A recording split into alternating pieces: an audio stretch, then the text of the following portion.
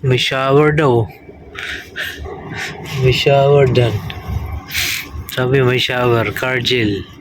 So ito yung next location natin, Andres. Next job, dito tayo sa Cargill Company. Ayan o. O, diba?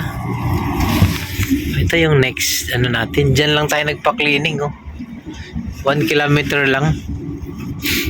O, diba? Ito yung Cargill. So, dito tayo mga choy. Sa kaliwa, dito yung mga silo. Dito tayo paparada. Pwede tayo matulog dito. Ayan. O, diba? Diyan tayo magana. Dito pa rin yan sa Germany. Uy! Uy, daming truck. Daming truck, ha? O, dito tayo. Pambira. Uy, dito tayo. Tatabi tayo dito sa kanila. Diba? Ganun lang yan. Kasalukuyan nga tayong naglo-loading dito sa Germany. Hindi natin makuha na ng video sa taas. Sa taas eh. Ayan, may nagkakarga dyan sa taas.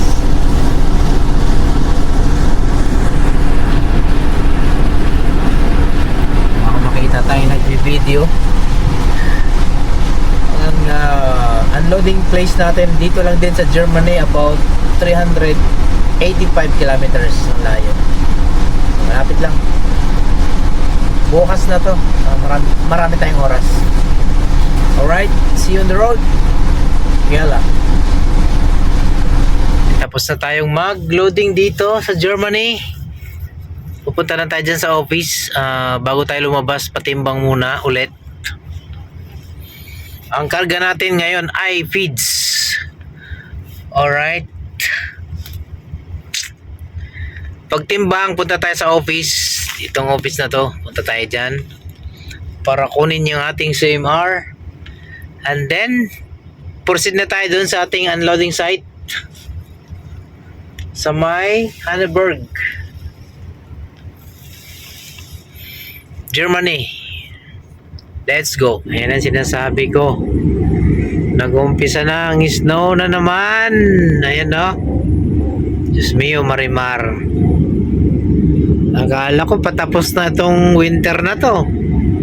Bakit nag-i-snow pa dito?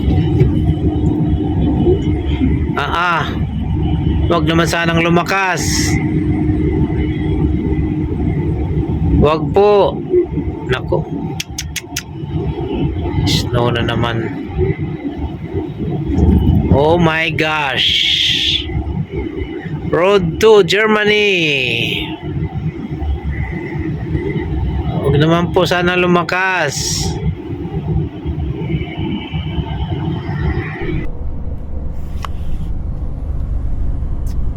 Nandito na nga tayo sa Road 2 dito sa Germany. Bahagyang nagka-traffic dito mga choy. Ewan ko kung anong kadahilanan. Ating susuriin at alamin kung ano ang dahilan. Nabigla ako kanina nang biglang nagpreno yung aking harapan. Subalit ako'y biglang napapreno na rin.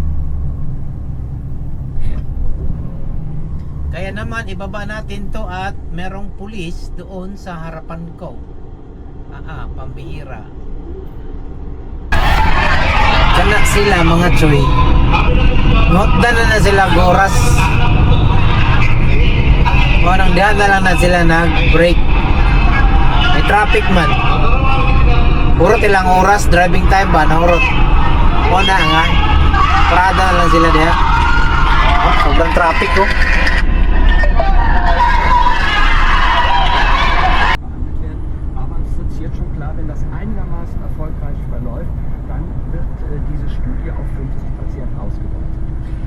Diese Organe von den Schweinen müssen ja vor der Transplantation genetisch verändert werden. Was bewirken diese genetischen Veränderungen? 280 Die sollen vor allen Dingen kilometers. bewirken, Schweineorgane nicht abgestoßen werden. Es gibt da verschiedene Rezepte bei Doon sa verschiedenen ating Firmen. unloading place Was sie alle dito lang gemeinsam sa haben, ist Germany. eigentlich, dass 3 genetische Veränderungen dazu führen, dass bestimmte Gene stillgelegt werden.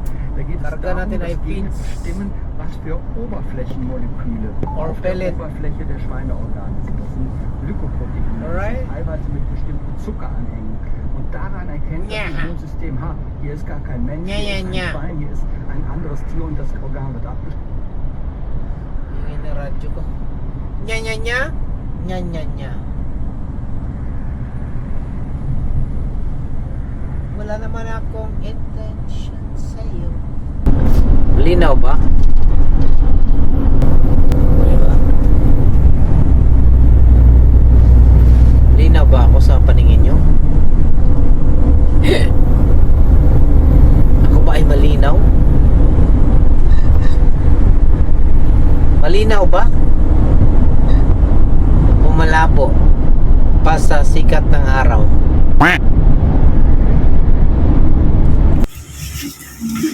Good morning.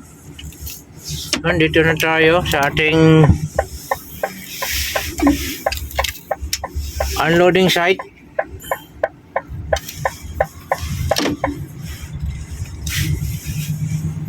Sana open na. Open na ba to? Hindi ko alam kung open na to.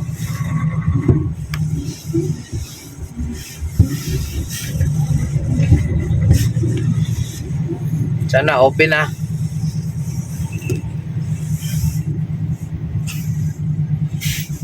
Open na siguro to. Open na yung gate eh. Parking tayo dito. Number 2 daw. Number 2. Ayun o, number 2. So dito tayo. Number 2, right side. Dito tayo mag-unload mga choy. Ano? Buhos lang to. Hindi na kailangan ng compressor. Right side. O, di. Ayos. Diba?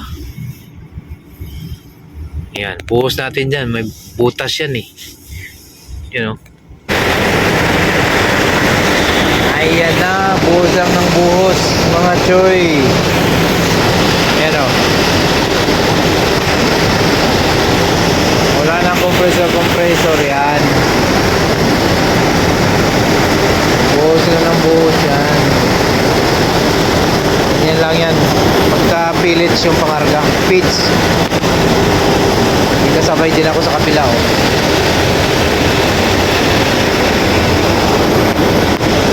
Tataas lang natin yung silo. Ganyan lang.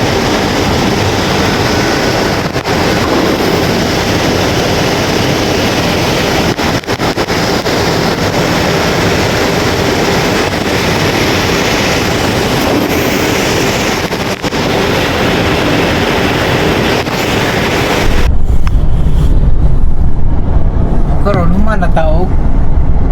Humana tagan loading there is Germany. Atong karga nga pellets. Karon paingon na pud taog cleaning station. About 80 kilometers lang dito sa Germany. And then loading tayo dito sa Germany, yung bagong job natin papuntang Hungary naman. So about 1,200 kilometers ang ating biyahe papuntang Hungary. So today is Wednesday. Friday nandun tayo sa Hungary. Alright. See you there. Good morning, good morning, good morning, good morning mga choy. February 12. Alright.